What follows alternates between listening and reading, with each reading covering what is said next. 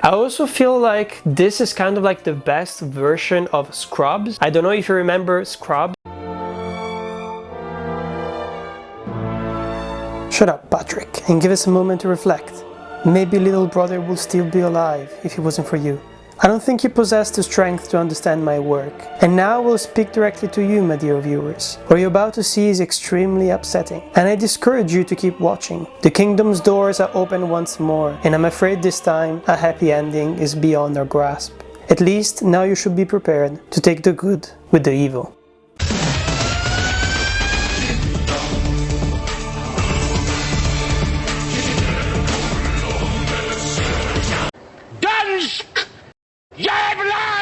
Welcome back to Torn Apart. Today we're talking about the kingdom. There was someone in the comments in the last video that I made about the kingdom who said, why don't you make a review of the Exodus season as well? And I was like, if you get this video to 500 views, then I will have to do it. I just need someone to motivate me, you know? And you did. We did it! We did it! We did it!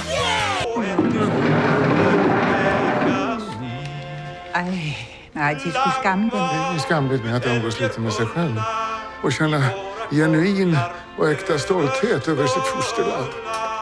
Vad gör du? Det är Allsång på Skansen. Jeg synes snart, det lyder som noget fra det tredje rige. That video is actually quite popular. It's weirdly enough one of the most popular videos that I've released in the last few months. Sometimes you head into niche territory and you come out with a lot of interesting comments, with a lot of interesting people and an interesting discussion. So here I am back again to talk about the kingdom, because I finally finished the season and the series, because this was the last season that finally gave us all the answers. If you know Lars von Trier, you know that he's not gonna answer all of your questions in just one season. But he definitely gave us a conclusion to the main plot of the kingdom, and it was incredibly good. For people who like put this series at the same level as Twin Peaks, but weren't really sure just because it didn't really have a proper ending, it just ended with a weird cliffhanger on season 2. Well, now you can officially say that he's created a masterpiece.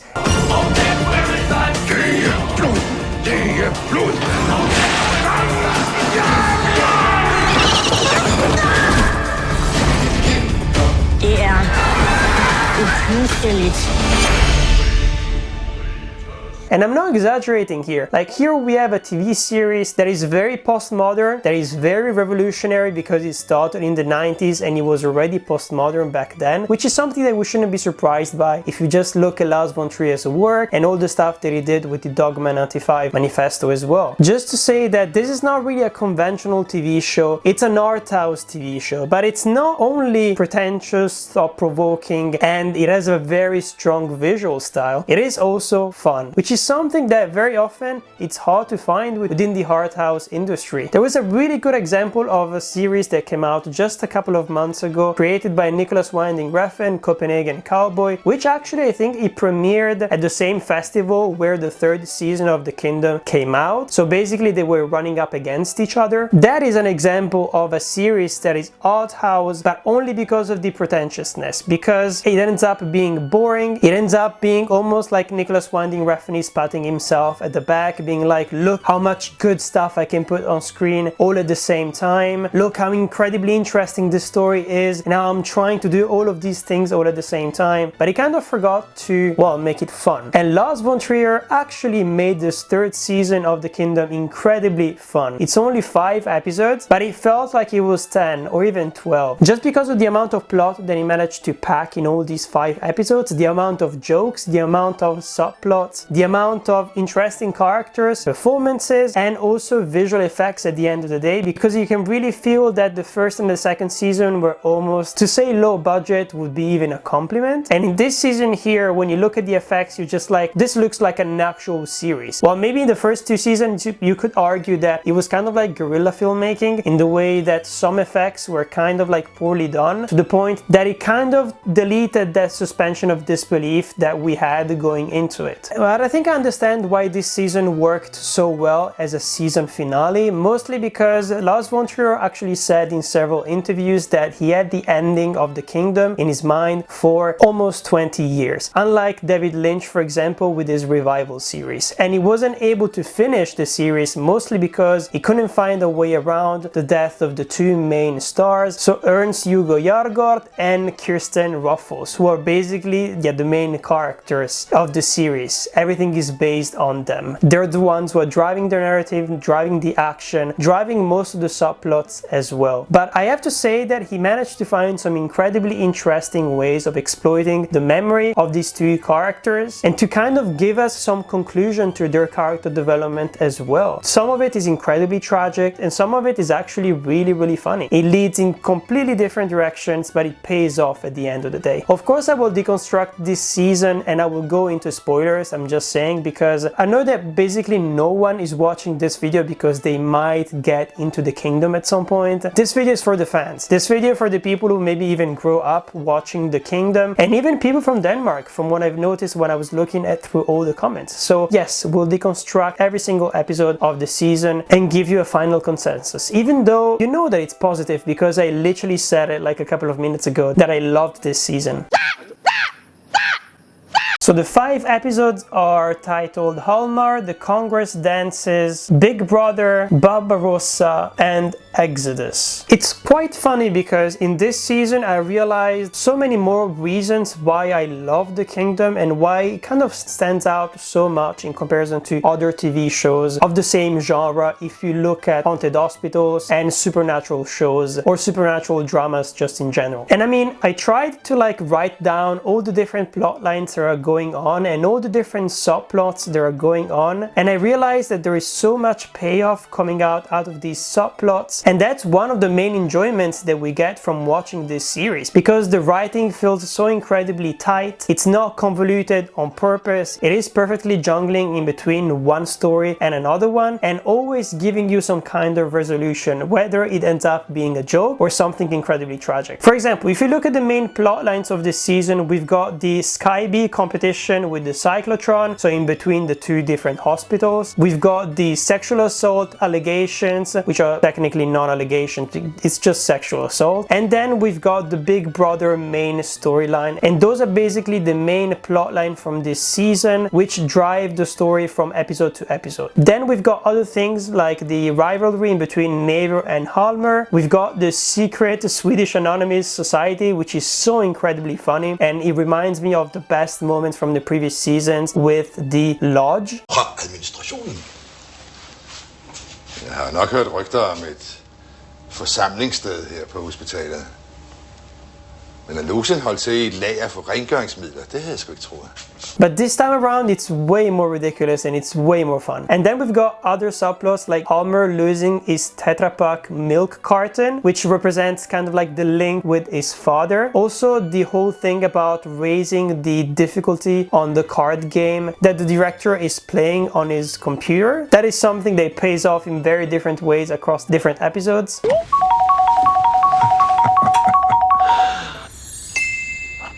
Jag tror att direktören har knäckt kabalen. Det var dejligt. Jag säger inte det.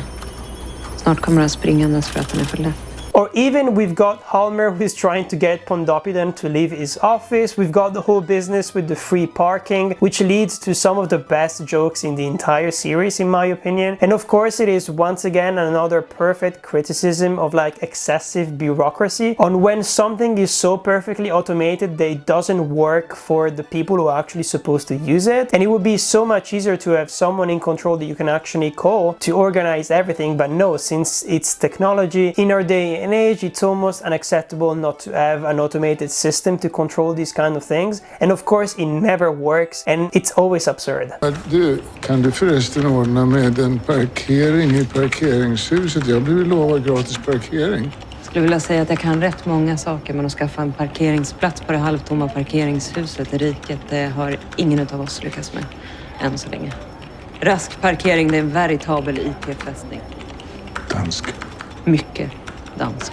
And then of course we have the helicopter on the roof bit, which kind of reminds me of the ambulance bit that was in the original series as well. And the parallels are probably there on purpose, because we can see, for example, the windows of the helicopter which are completely like blurred out, and then you can see like someone putting their hand on top of it. And of course the reason of why the helicopter is there will be explained in the final few moments of the season, and it's incredibly funny. I was kind of confused when I watched the first episode, as I saw that basically Lars von Trier wanted to include a meta-narrative aspect to his series, because basically Karen, who is the main character who is replacing Mrs. Dross in this season here, she's watching the series The Kingdom, and it's basically something that motivates her to go to the hospital itself and trying to solve the mystery. And it's really funny because there are so many moments, for example, across different episodes where people are gonna mention the fact that this is now a TV series, but we don't know exactly what is true and what is supposed to be fictional, or even if the series itself, maybe it's a documentary, like I said basically in my previous video, where kind of raises all the different parallels that I made with The Office even more strong, just because it kind of turns the first two seasons into a weird documentary where the camera crew is completely invisible, but at the same time they're 100% taking advantage of all of these people suffering to create like something that is gonna bring them money, when you think about it, which is incredibly interesting.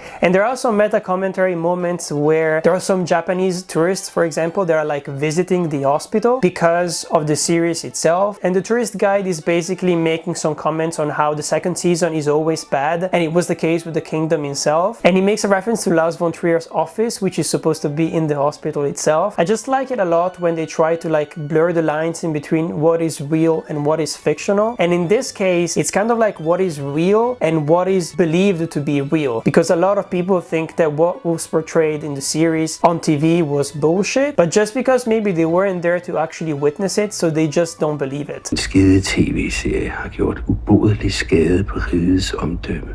Alt sammen noget idioten Trier har fumlet sig frem til. Because the whole thing about this series is that there are so many absurd things happening all the time. People just accept them as reality, and they don't act as if it's something supernatural, as if it's something weird. They kind of live in their own perfect bubble, which is represented of course by the visual look of the series as well, which you can see also when Karen, for example, is entering the hospital for the first time.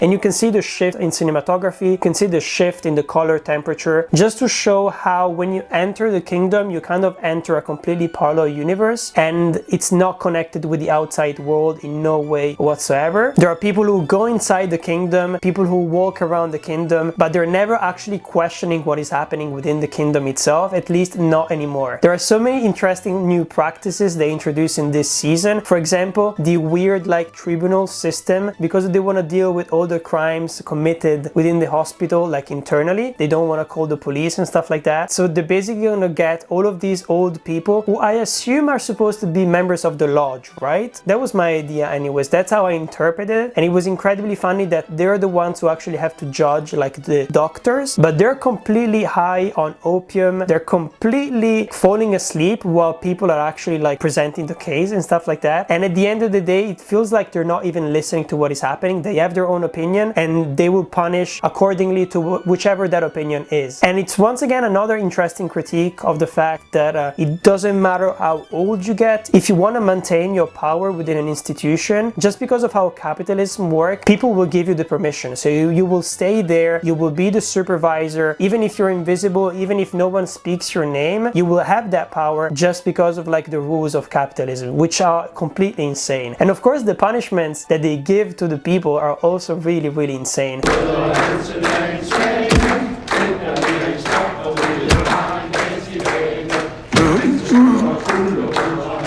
Blodet rinner i runstenen från Stortorget.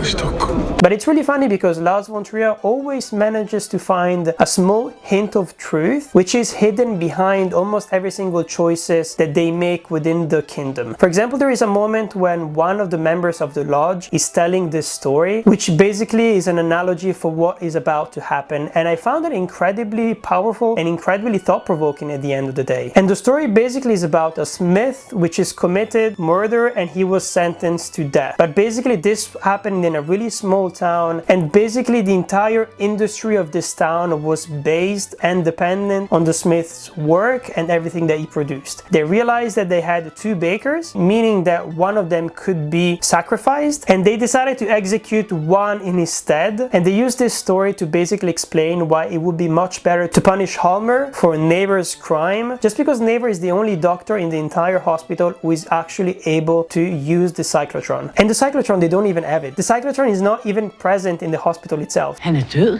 Ja. Skal jeg starte genoplivning? Han har haft 20 gode år på opium nede i Metosernes hule. Vi lader det være ved det.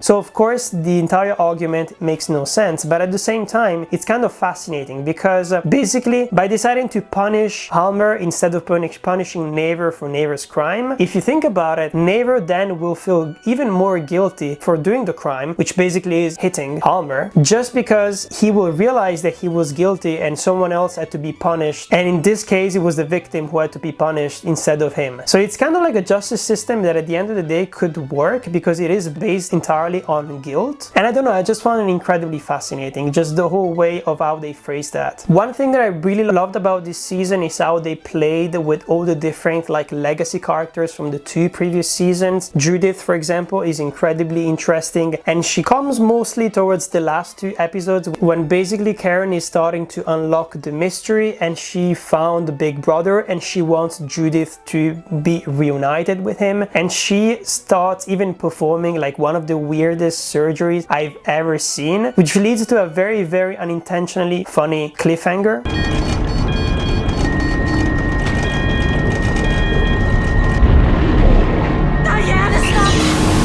And the moment where she's reunited with Big Brother, so her son, is incredibly tender, and the music works really well within the scene, and I'm just surprised by the amount of emotion that this show can muster, while also giving us something that is incredibly ridiculous at the same time. Because of course she's talking to a huge head in a weird pond that kind of like is either under the hospital or like in a weird pocket universe under the hospital. It's not really clear. It's the bleaching ponds that we see basically at the beginning of each episode. It's just a lot of emotion that is layered on top of humor. All of the different layers work in different ways.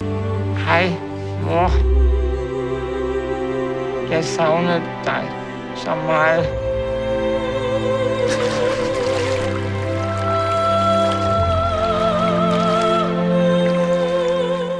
Then we've got another character who comes back, who is Krogan, who basically is being punished because of all the people who died because of him in the 2nd season, and no one wants to work with him in the hospital anymore. So he basically created like an opium den in the basement, and he takes care of the members of the lodge by giving them as much opium as possible until they die. So it's so weird, it's so incredibly weird, but it's kind of fascinating because there is an entire episode that is built around the idea of a pain Congress.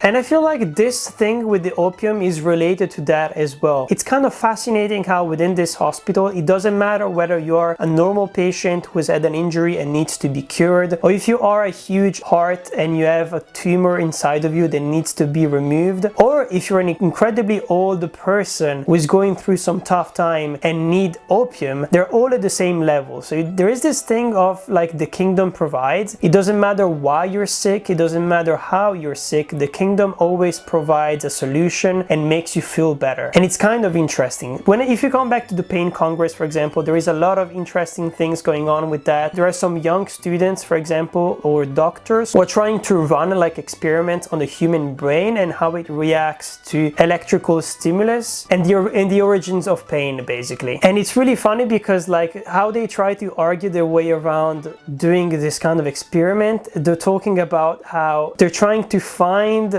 like the origin of a big scream, which is supposed to be kind of like a physical representation of millions of years and built up pain. And apparently they want to like trigger visions while they're administering this kind of experiment. It's so weird, but just the way that they explain it, it sounds pseudoscientific, and within the confines of the kingdom, it actually works out. Like, it feels like it's supposed to be something that works, right? And this is the main reason why this season works so well. It's because it's exploring the same themes that we had in the season 2 and the season 1, but through different means. So the theme of this season is all about not necessarily trying to get rid of all the supernatural aspects there are in your life, but it's just about getting rid of the evil part. So it's not about closing the doors of the kingdoms to any kind of spirit. It's about closing the doors of the kingdom to the evil spirits and learning to live with the other types of spirits and learning to guide them, to listen to them, and to accept them as well. And to accept all of the weird things that happen also on an everyday basis, because they're part of life. So this is why this season was so effective as well, because it kind of like answers all of those questions and it resolves all of them, and it shows how it really stands out within like all of the different other supernatural TV shows, because it doesn't want to go in the conventional way of killing everything that moves. It wants to find a way to cure it. It wants to find a way to heal it. And I feel like there is this thing of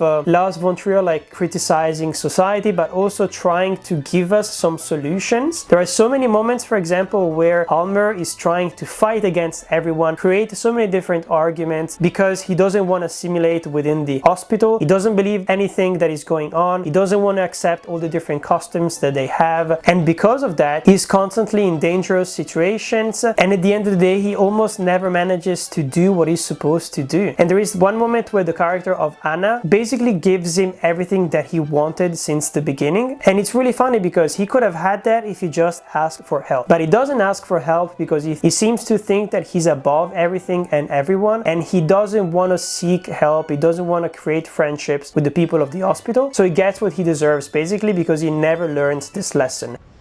Ja, då jag planerar att ta livet av dig, Pontopido. Det var ett misstag att komma från Sverige till det här landet. If we keep talking about characters, Rigmore's character, who basically plays the elevator elf in this season here, her character is not really as well developed as in the previous seasons, which is a bit of a shame, but I think that they still managed to pay it off in different ways, and mostly in the ways that they're ignoring her. They're ignoring her for so long, they're not really accepting her as part of the main plot anymore, and that's also why she ends up basically dying on her own by herself, and nobody noticed it, and it's incredibly sad. It's a very tragic thing, which is probably like a critique of how we kind of let go of older people and older generations, and we don't take care of them anymore because it's become a nuisance. We don't listen to them, we don't pay attention, and at the end of the day they end up dying, being forgotten, especially if they don't have any family. It's even worse.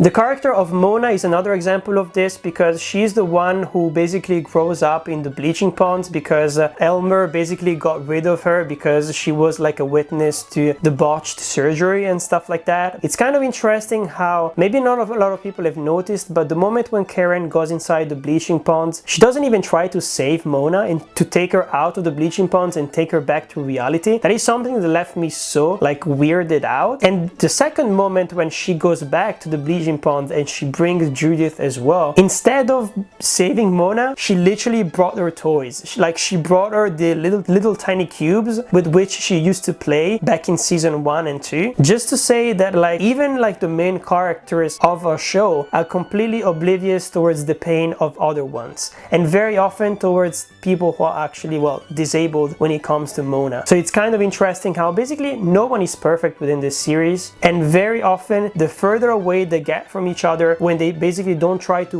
work together, they end up dying in horrific ways. Like Pondoppidon, for example, he's basically slowly becoming more and more isolated from everyone, and he ends up killing himself because he doesn't have his pack of peas, which he uses to basically like rest his head and take a nap once in a while. That is one of the main reasons why he basically commits suicide, which is absolutely insane when you think about it. Among the new characters, I really loved Never, and I really loved his thing where I either do this or I do this. Enten bliver så flyvende rasende, at jeg tager den her teske og graver mit øje ud. Eller også gør vi det på en anden måde. Og det er, at jeg bare bliver sød og medgørlig, som en vor har.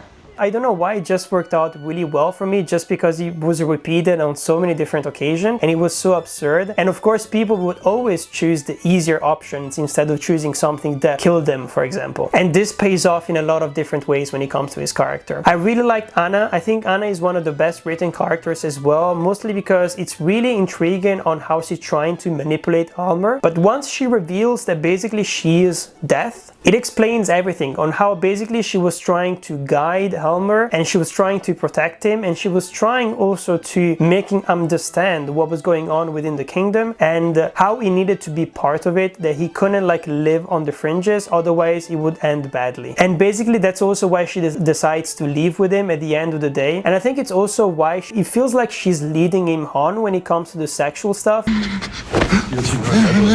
Lige et øjeblik. Jeg har noget til arrestanten. Så. Nu lever jeg også op til rigets dresscode. Værsgo, herre arrestant.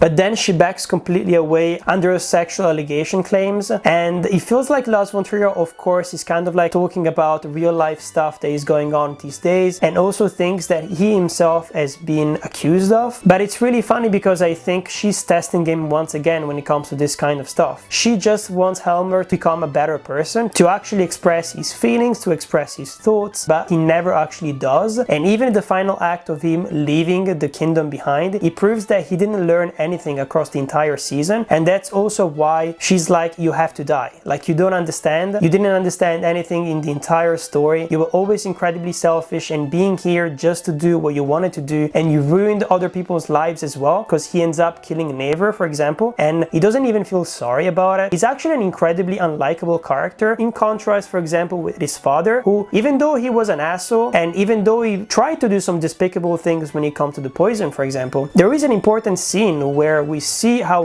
guilty he feels when the poison is being switched around in between all the different teacups and any one of his colleagues could die because of him. We see it on his face, and that's something that his son doesn't have at all. But I feel like it's done on purpose, mostly to show how when you grow up within like a broken family, it can just fuck you up even more. I mean, the whole episode, like Barbarossa, for example, is an excellent example of how bad of a person he is, like trying to find arguments. They're like on the fringe of going towards like that Nazi like limit, but he never goes beyond it, but he is always on that line, you know? And everyone else is kind of like following him because they're probably incredibly bored as well. They seem to be not only doctors but also technicians and stuff like that, so people who have the time to go to the basements and go to these secret meetings because they're not like completely required to be there 24/7, you know? And of course the Swedish society leads to incredibly funny things, as everything does within this series at the end of the day. I know I'm kind of repeating myself, but like I almost wish I could do an entire video of like montages of like the incredibly funny things going on in this season, because there is a lot of it. That wasn't challenge accepted.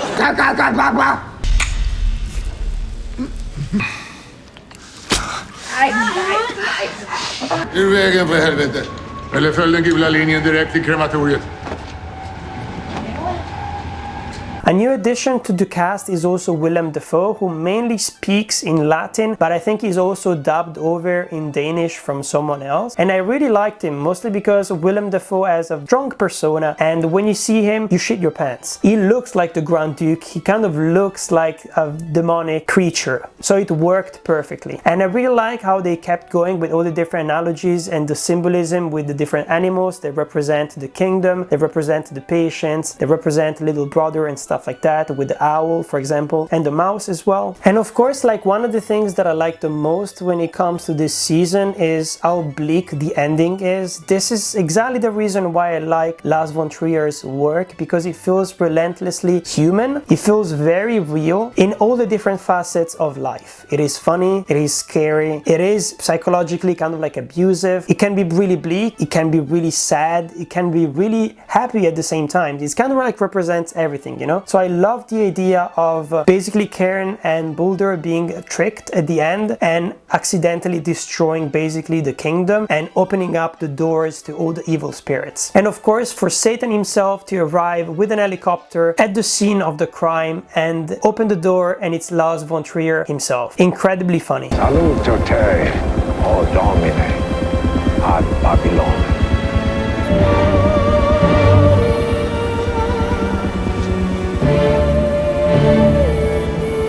Mostly because he sees himself as the villain, which is something that I see in other projects of his as well. I don't think you can describe his personality as low self-esteem, but he definitely has a very negative and bleak perception of himself, but also of the human race just in general, because I think that even though he did a cameo within the season, and he of course plays the devil, the final character that we see at the end of the season, I'm not sure that he actually sees himself as that. I kind of like think that that character is supposed to represent like the human race of it all, and just the idea of how if we don't band all together, like evil is gonna win at the end of the day. I really like the scene where Karen, even though she manages to escape and go back to her place, her entire bed just comes crumbling and bursting in flames. And of course the scene where Helmer and Anna are like driving away using the same bridge that he criticized in the first episode. It was incredibly emotional because at the end of the day, it's the only good thing that Helmer does during the entire season. He kind of accepts his own death and the fact that he has to die in the same way that everyone has died at the kingdom. So it was a really emotional moment at the end of the day, even though he was a despicable person. Du skulle inte ha varit med här i bilen.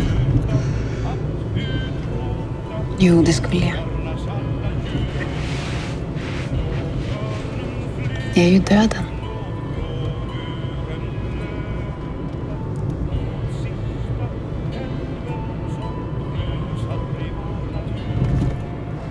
And of course the thing that made it even more sad was of course the text that came out at the top of the screen, which said, "Please let them live, they're so wonderful," which I kind of related with, but mostly because of Anna, because Anna like made him better, but he didn't make him better enough to actually survive through this, because he just didn't learn anything. In this season he basically had to learn to say goodbye to his father, but he didn't become a better person because of it. It was just too late. It took him way too much time, and it's really sad. I really enjoyed this season overall. I think it's one of my favorite series like ever, and there are so many other things that I could analyze within the different episodes, but I feel like you could watch it, you know? If you just watch it, you'll know, because I've explained most of the things that are going on and how all the different themes are explored through different actions, and I feel like all the examples I gave are good enough to make sense of why this season is actually so good and it's the perfect ending. This is probably a really good example of like a legacy sequel that works. Came out 20 years later, but it's actually feels like it's necessary and it feels really well done. Anyways, those are all my thoughts when it comes to the Kingdom Exodus. Let me know down in the comments what you thought of the final season, if you're a huge fan of the Kingdom, or if you don't give a shit, just let me know. If you enjoyed this video, last week I made an incredible good Scream review video that is not only funny, but features the voice of the Ghostface killer himself, not only in the middle part, but also in a very fun post-credit scene. So if you want to know more, you better check it out. Don't forget to like and subscribe. Every single like that you drop will go to Big Brother, because that guy literally died drowning in his own tears. It's the saddest thing you'll ever hear until probably the end of the year. I'm Patrick, and this is Torn Apart.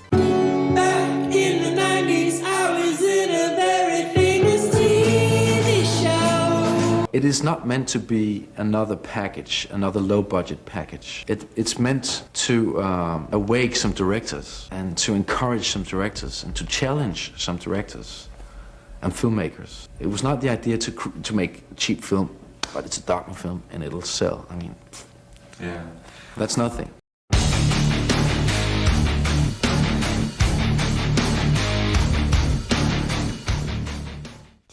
Da da da da da. Da da da da da da da da da da da da da da da da da da. Da-da.